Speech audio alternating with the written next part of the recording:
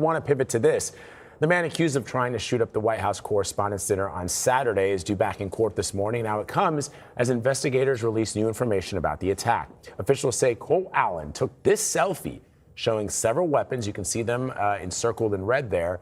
He took that picture minutes before he ran down 10 flights of stairs and past Secret Service agents on his way or his attempt to get into the ballroom.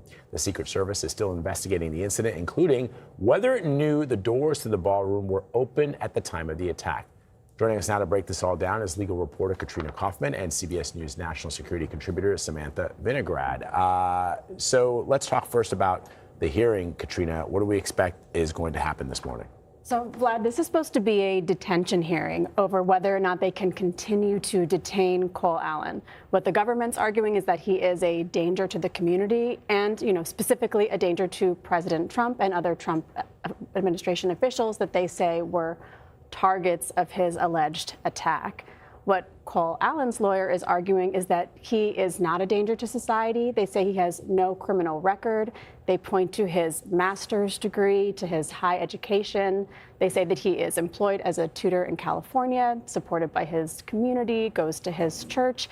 And they also question the government's evidence. They're implying that it is weaker than the government claims.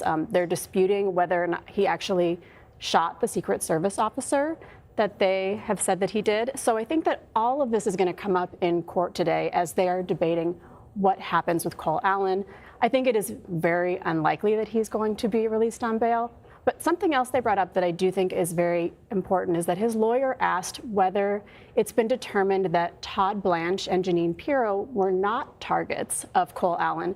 And I think the reason he brought that up is because this could be a conflict of interest. He is being prosecuted by people who the government is potentially alleging were also targets of his attack. So there could be a real legal issue there.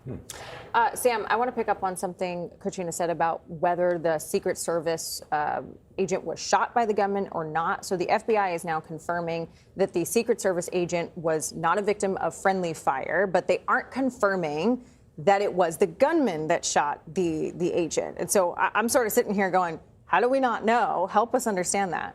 Well, ballistic evidence does take time, but let's start with what we do know. We do know that Cole Allen has been charged with discharging a firearm. We do know that in the video footage we currently have, we could get more, there's no visible muzzle flash coming out of any of his weapons. We do know that Acting Attorney General Todd Blanche did say that there was a used shell in Cole Allen's shotgun. So then that's what we do know. What we don't know is where that bullet came from that is lodged in the Secret Service agent's vest. And that's going to be a source of ongoing investigation as we try to ascertain whether, in fact, Cole Allen fired a weapon, whether, in fact, that was in proximity to the Secret Service officer, and just where this bullet came from. So it's interesting, Sam, they're investigating whether the doors to the ballroom were open. Now, I was at the front of the room, but you were sort of towards where those doors are. I always remember, and this is maybe like years past, but that those doors are generally open because people are always coming in and out of the ballroom. Do you remember them being open?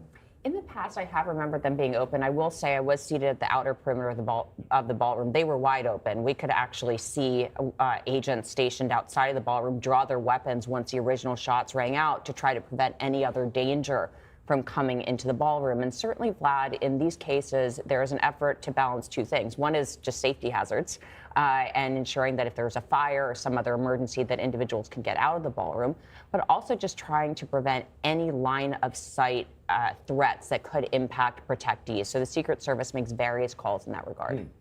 So, yeah, we were going to talk about Matt. Matt Gutman, our colleague, spoke to a witness who says Cole Allen fell in front of her and she rushed to close those ballroom doors. I want to play a little bit of what she said to him, and then we'll talk about it. It didn't seem like he was trying to get up as soon as he fell. I looked to see if there was any movement, and I didn't see any movement. I looked to make sure he was disarmed, and then I took off. And what did you see about these doors? The doors were wide open, and I was very concerned because we had the line of succession for our country in the ballroom, and I didn't know what they knew. So I started shutting the ballroom doors.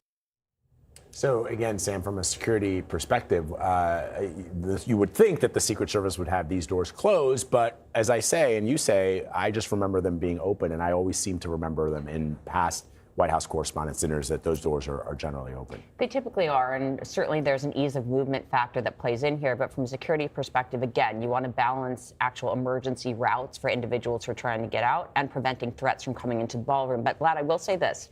In the moments after those shots rang out, it was certainly not clear, let alone to me, but to security officials, that the threat had been mitigated. There was a period of time when it was, again, unclear to me as a security professional and understandably to law enforcement, whether there were also any threats in the ballroom. Right. So this question of the doors is more complicated than open or shut. It was understanding where the threat was coming from, if it was fully neutralized, and then ensuring that protectees could be evacuated safely, as well as members of the public.